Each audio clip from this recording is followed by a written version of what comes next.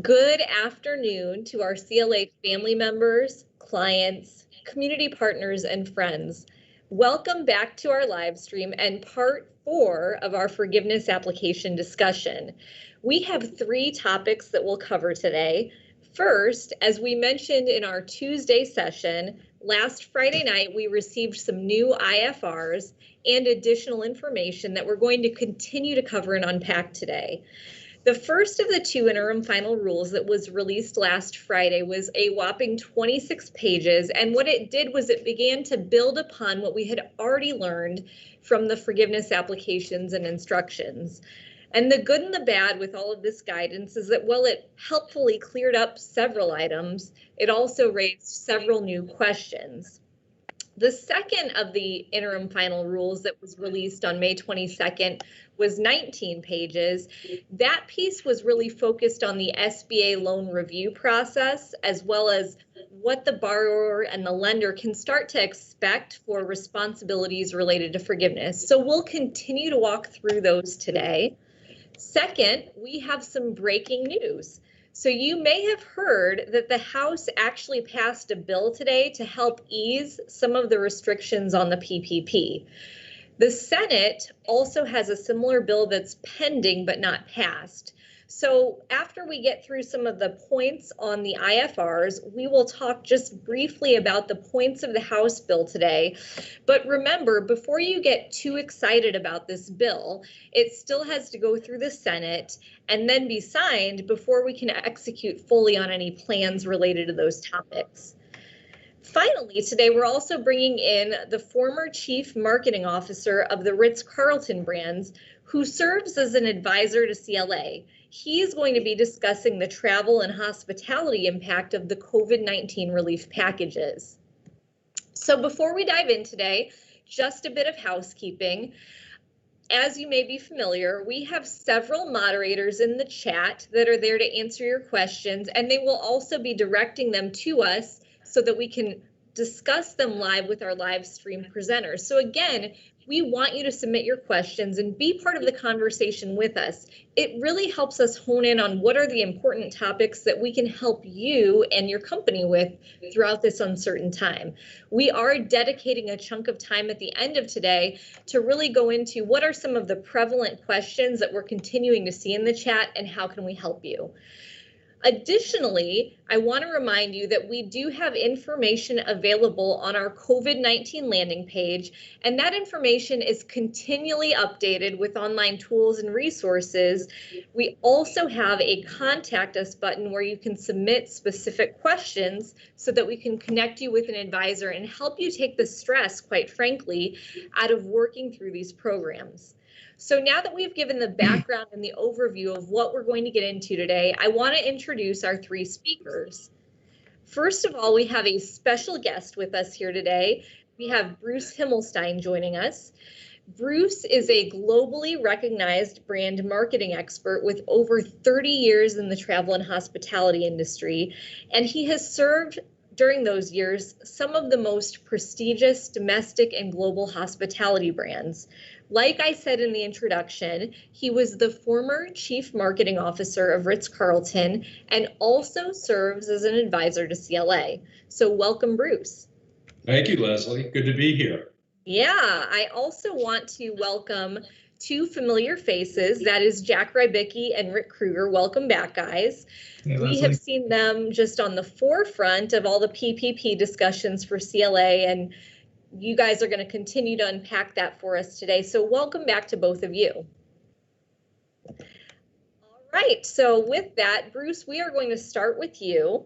We are thrilled to have you today and welcome to the live stream.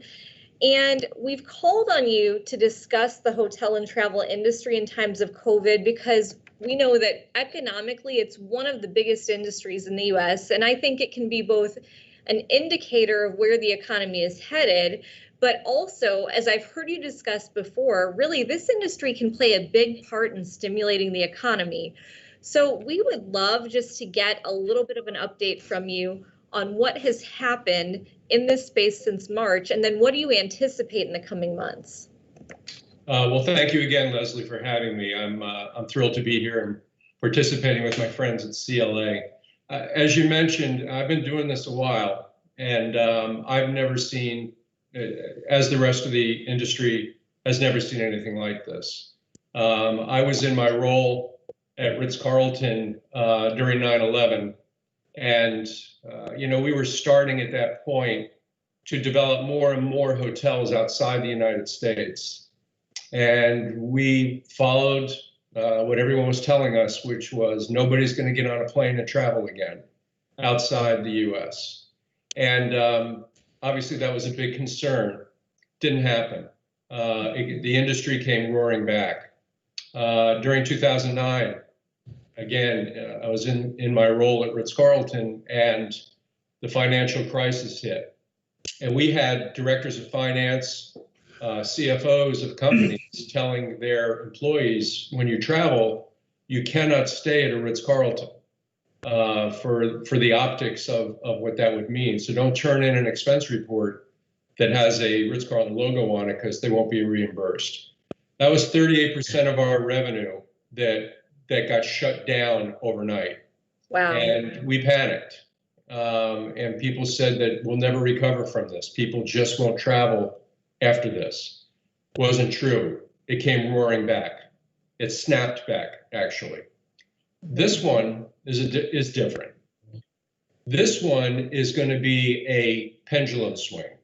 It's not going to be a pendulum swing. It's going to be incremental movements towards a pre-COVID level. So we're starting to see signs of optimism, Leslie, believe it or not. For the first time last week, the airlines reported that they're seeing a reduction in cancellations and an increase in bookings.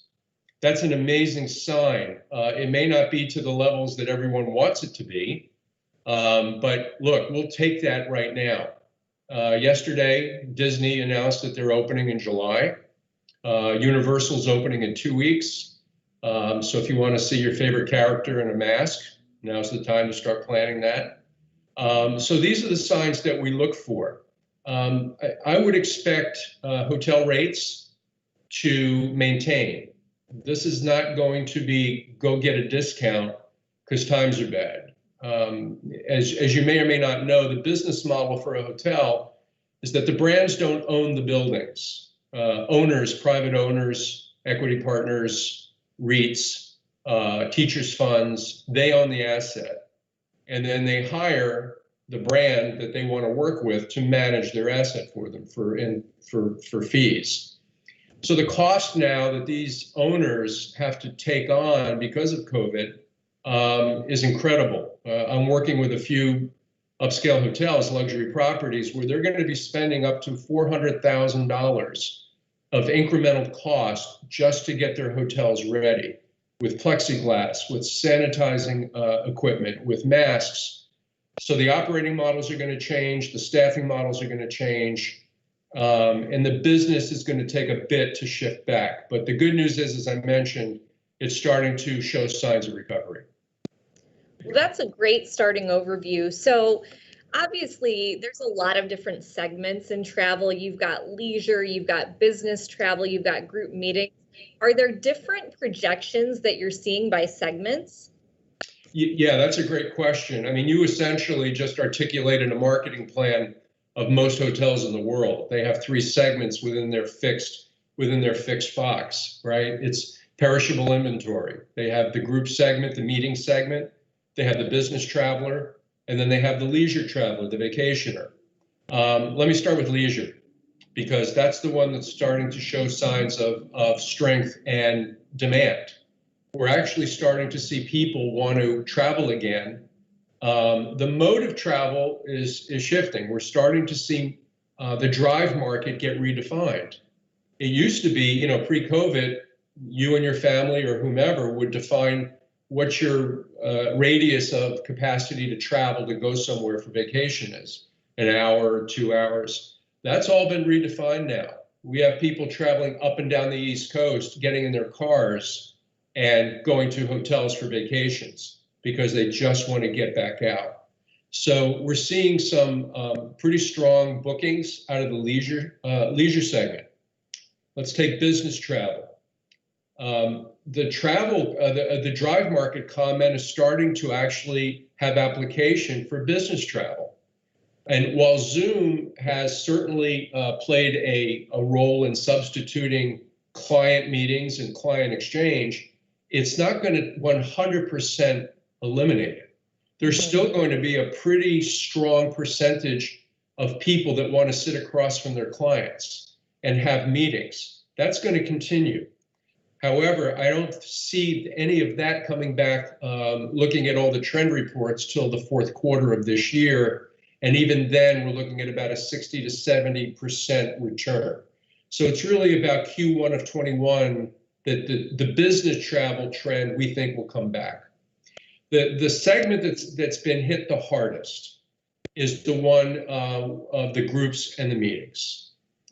People that gather in a ballroom to have a meeting, to have breakouts, to have buffets during their meals, to go golfing, that's been hit the hardest.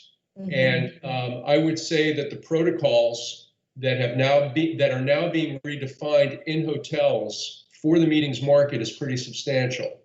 So instead of sitting in a ballroom with a round table of 8 people listening to a speaker or participating in a breakout, you're probably only going to have 4 to maybe 6 people at that round table.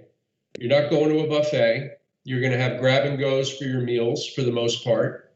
You're going to have to reserve your time slot at the fitness center in a hotel, because you're just not going to be able to roll out of bed and be one of 40 people in the fitness center. The chairs around the pool will be tougher to come by. And so the protocols are going to change. And I think the segment that's going to get hit the hardest is the group segment. The good news is that a lot of the groups that have canceled their meetings are starting to rebook in 21, which means the confidence is coming back, that they know that at some point this is going to resolve. So those are the segment breakdowns as we see it. The industry is self-policing. So the U.S. Travel Association, the American Hotel Lodging, they're coming out with recommended protocols, because you don't want to be a hotel company saying our rooms are more sanitized than their rooms. That's just not a campaign any brand is going to run. So you're going to have these standards across the industry. So that's kind of what's happening. Great. And certainly what we see with many businesses is that it's not just that particular business that's impacted, but there's often ripple effects down the supply chain, or in your case, ancillary businesses. So what impact are you guys seeing on all of these changes on the ancillary businesses in the industry? I have a lot of friends in the travel business, and a lot of them are being furloughed because their services, going back to the group meetings, if you work at a production company or an AV company, there's not a lot of meetings for you to do work in right now at hotels. If you're a speaker, you're not getting booked for a hotel. If you run a tour business, those groups that used to visit you, they're not there. So on and on, rent-a-cars, look what's happened to Hertz. So you're right, to your point, it's a trickle-down effect that's unfortunately, until the group segments in the hotel occupancy demand comes back, these folks are going to come back incrementally as well. Well, thank you so much for joining us, Bruce. We really appreciate your insights. We will keep you around so that if people have questions, we'll bring you back at the end. And I'd like to now pivot the discussion back to a topic that's taking just a ton of energy and focus for our clients right now and for the audience, and that is the PPP Forgiveness application. So welcome back, Jack and Rick. And Rick, we're going to start the conversation, I think, today with you. So we have had just a ton of questions and requests in the chat. I was manning the chat on Tuesday related to time periods that we're seeing in these IFRs and how that impacts the forgiveness. Could you spend a little bit of time doing a deeper dive on that today? Yeah, that sounds great. Thanks, Leslie. So I'll start here with non-payroll because I think that's a little bit more straightforward and we have a bit more examples from the IFR. So I'm going to start with one of the examples that SBA gave us with last Friday's IFR, and then we'll pick that apart just a little bit to make sure we understand what it means. So one of the examples they gave us was for a covered period that starts June 1st and ends July 22nd. during that 8-week period, the borrower paid its May and June electricity bill. And after that 8-week period, the borrower paid its July electricity bill in August by the next regular billing date. Now, the IFR says for that example that the borrower may seek forgiveness for both the May and June payments, which occurred during that 8-week covered period, and for the portion of the July bill that was incurred during the covered period. So, assuming the service dates aligned with the months, then the borrower could take 26 days worth of electricity costs for July, almost 3 months in total when you add up those 3 payments. So let's pick that apart just a little bit to understand what it means. So first, clearly it shows it's okay if non-payroll costs include more than 8 weeks worth of expense. In the SBA's example, that, like I said, includes almost 3 full months, and that flexibility is great for borrowers as they try to navigate through all this. It's not exactly clear, though, how much or what exactly that flexibility means. We tend to believe a reasonable common sense approach is what the SBA had in mind. Now, the IFR doesn't specifically address prepayments, nor does it address payments of expenses in arrears, such as if a borrower had fallen well behind on their rent payments. However, one strong indicator of SBA's intention is the documentation requirements that they did provide for non-payroll costs. For example, in the business rent or lease payment section, they require a borrower to submit lessor account statements from the covered period through 1 month after the end of the covered period, verifying eligible payments.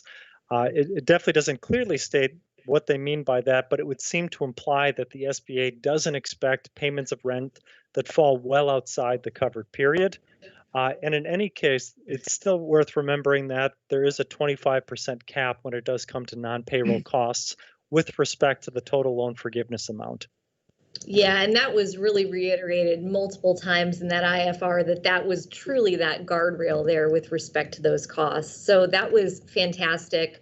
Similar to the timeline questions that have arisen related to non-payroll costs, I think there's several still related to payroll costs. So Jack, we would love you to provide a little bit of insight on how that should be navigated. Sure. Thanks, Leslie. Yeah, so really 2 main areas that we want to get into. We're getting a lot of questions related to how line 9 works and the owner compensation. And there is some unusual things related to that. We know for sure that Schedule C and general partners are treated in a certain way, right? You're limited to 850 seconds of your 2019 payroll. There's also this new term that got introduced, though, owner employees, that might refer to S Corp owners and C Corp owners that are also employees of the company. We're not exactly sure yet. We hope that gets clarified in the FAQs that we're still waiting for on this.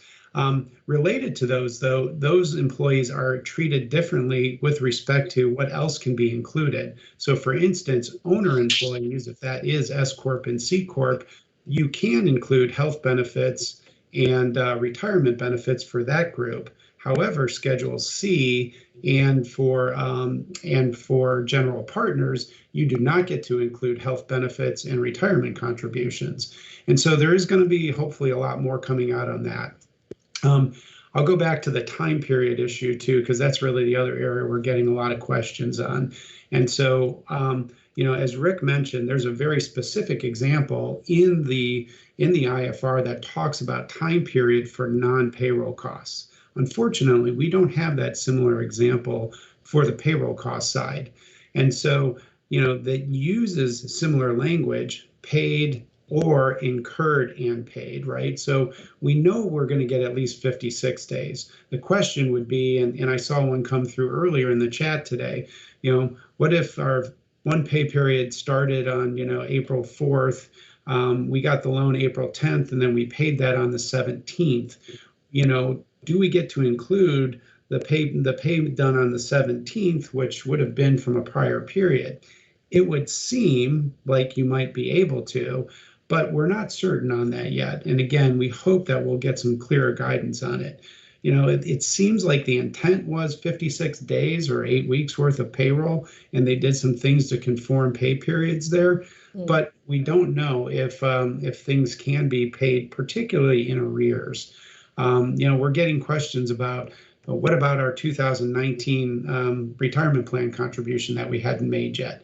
Could we pay that? Or if we had furloughed employees and we had not paid them 100% of their wages, could we bring some of those wages and bring those back into the period? What we do know, though, from the documentation requirements are that you're going to need a payroll register to support all of that information. And so for that reason, we think that prepayments probably wouldn't work because you wouldn't want to report that through the payroll register at that point in time. And so we don't think that would work. Now, maybe some of those other things, though, from earlier that hadn't run through a W-2 yet, but would be included now, maybe those could be, but you're always subject to that maximum cap of $15,385. And so even if you're trying to maybe put 5 or 6 extra weeks of payroll in there because of these, amounts that were in arrears, you may come up against that cap. Great. And so certainly the timing, I think, has been a huge issue because people really want to put as many costs in there as possible to optimize their forgiveness. That said, at the beginning of this session, we mentioned that the House passed a bill that made some favorable changes to the PPP. And while we can't get too excited because we've got to wait for Senate, Rick, I would love if you could go over what are some of the key points of the House bill. Yeah, absolutely, Leslie. So I know you said not to get too excited, but if it continues, this certainly would be a fantastic thing for borrowers in general. That there were a lot of restrictions on PPP loan forgiveness, and a lot of borrowers are finding it difficult to expend to the level needed with the level of employees needed to get full forgiveness, because the way the math works, you basically need to be running at 2019 levels throughout that 8-week time period. So a few of the things that were in the bill that was passed almost unanimously, there was one no vote. One, the 75% rule that we talk about, where 75% of loan forgiveness must be attributable to payroll costs. That's reduced in the House bill down to 60%, which gives a lot more cushion to include some non-payroll costs to help build up forgiveness. An even bigger impact, I think, is going to be the extension of time from 8 weeks to 24 weeks, which would be fantastic. It gives a lot more time to spend the money, build up your eligible forgiveness expenses, and include in the formula there. It also pushes back some of the deadline for rehiring workers, which would help out with the formulas as well, and gives a little bit more flexibility around deferring payroll taxes. All of these things definitely would be very helpful to the majority of borrowers. Yeah, that's a great overview. And so, now, Jack, I'd love to hear your comments because, again, there's been a lot of people talking about, well, do we pay bonuses or do we do all these things at the end of the period? How does what we're seeing in the House and the Senate, who's got slightly different lyrics but same choir book, how do we take what they're saying and maybe think about what these next couple weeks look like until we have a final bill? Yeah. Look, I know Omar is going to tell us next week about the legislative process that we're going through right now. And clearly there's risks associated with these bills in some form or fashion passing. But given that you've got the House and the Senate already triangulating on it, and it seems like the bid ask is an 8-week extension or a 16-week extension, right? I think the Senate was at 8 weeks. And so either way, you're going to likely have a longer period of time to deal with it. And so, from that perspective, I would be telling people, and we are telling people now, make prudent business decisions, right? If you were trying to get forgiveness and you were going to give out a bonus to achieve forgiveness rather than just normal comp, that doesn't make a lot of sense, unfortunately, right?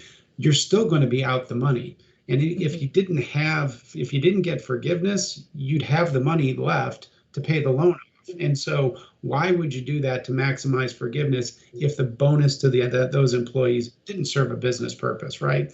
So we're encouraging people not to make bad business decisions just to maximize forgiveness, because in that case, you'd actually be out more cash because you'd have to pay the employer taxes on that, when if you just didn't pay the bonus, you'd have that available to pay the loan back, right? The one thing we're definitely telling everybody right now, because of everything, all the activity we're seeing in the House and the Senate, is, pause things right now. Don't be in a hurry to file for forgiveness. Don't forget, there's no timeline that's laid out in the CARES Act that says a borrower must do this when they get to the end of their 8-week period. Now, you do have to check your loan documents for that, because there may be some in the loan docs. But generally speaking, you've got some period of flexibility after your 8-week period before you have to file for forgiveness. So let's use that and let things play out in the legislative bodies right now to make sure we understand all the rules. We've known that, new rules come out, and sometimes we get the benefit of those rules and sometimes we don't if we've already acted, right? And so we don't want to act too quickly in this case, for sure. Yep, hurrying has not been our friend in all of this. No. Well, let's take a couple questions that we're seeing in the chat.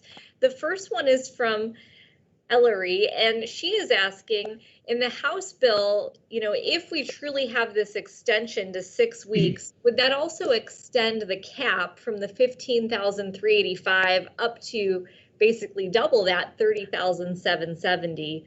And I don't know that we've seen that yet or have clarity, but what are your thoughts on that? From a very, very quick glance, and I definitely want to caveat that we're all trying to pay attention to things happening pretty fast here. It sure appears that way to me. The original language talked about taking the $100,000 annual limit and prorating that down to whatever the covered period is. So in this case, the House bill expands the covered period to 24 weeks, and therefore it would expand the amount you're prorating to 24 of 52 weeks. Perfect. Another forgiveness question, Jack, that we've gotten is related to health benefits. A lot of people are unsure, what exactly does insurance include? So does it include dental, vision? What about life insurance? Can you clarify what you're seeing with that and what people should be tracking? Sure. Yeah, and again, we hope we get clarification on it. But with that being said, we do believe things like health, vision, dental, even mental wellness programs, other things like that are solely around health components are definitely includable. However, things like life insurance, short-term disability, long-term disability, those are income protection policies, not health benefits. And so we do think there is a clear distinction between those two. You can go to the IRS for some definitional guidance as well, but we don't believe like STD, LTD, and life insurance are includable, but generally your other health benefits would be. Perfect. And then Marv has asked a question, again, sticking with the House bill. This has really created quite the stir, is whether or not with that new cap going to 40% for non-payroll, did they introduce any new costs, or are we really just, providing more, I guess, flexibility, if you will? It seems like just more flexibility, especially around the date perspective, that the whole bill itself is rather short. That you mentioned, Leslie, the IFR, one being 26 pages, another being 19. This one double spaced is 7 pages, not even quite a full 7 pages. So, it doesn't do a whole lot of things that are different. But that said, there still is uncertainty. There still are going to be changes as this works its way through the legislative process. So I wouldn't get too hung up on some of the details like that. But at least it does paint a picture that we seem to be heading in a direction that's going to be much more favorable to borrowers. Yeah, Leslie, one thing we did see an earlier version of this that actually did include specifically, though, the interest on other debt obligations, because that one is kind of conspicuously absent from what's includable in the forgivable costs. And one of the early versions that we saw from the House had that being added into the forgivable cost pool. And that could be very important if you think about floor plan financing, for instance, or Yeah. asset-based lines of credit that maybe currently are not included in the definition of a covered mortgage obligation. Potentially, if you add that in, while it's already an allowable cost, maybe it could become a forgivable cost. And as Rick mentioned, I mean, this is very fluid right now. We know the Senate version is going to be different, and there will be a reconciliation of this over the next couple of weeks. So we could see an expansion of forgivable costs as well. Awesome. Well, I want to pivot our last question back to Bruce, actually, and just spend a second talking about some of the things that have been on the chat related to hospitality. So we have Mark who's asked, one of the ancillary items related to all of these corporate meetings is also corporate gifts. And so are you seeing or hearing anything about what the activity in the corporate gift area might look like for 2020? That's an interesting question. Not a lot of discussion around corporate gifts, although if you think about the optics of where things are going to settle down, I'm not sure where that plays. And maybe they just take on a different format than a tchotchke or a thing. And it may be a contribution, or it may be more something that'll make people feel a little better. Perfect. Well, unfortunately, that is all the time we have for today. So I want to thank Bruce, Jack, and Rick for joining us today. And I want to thank all of our viewers today for all your questions, and all of the moderators in the chat for all of their support and great information. I would like to remind you guys to continue to visit our COVID-19 landing page at claconnect.com. We are constantly updating that as we get more information on PPP forgiveness and really any other COVID-19 hot topics. And also take a minute to subscribe to our emails. There is a link that's below me. And if you do that, we can continue to share up-to-date information with you around the forgiveness tool, including a demo of the tool itself. And we can continue to provide professional support for you during this time. So again, we just thank you all for watching today, and be well.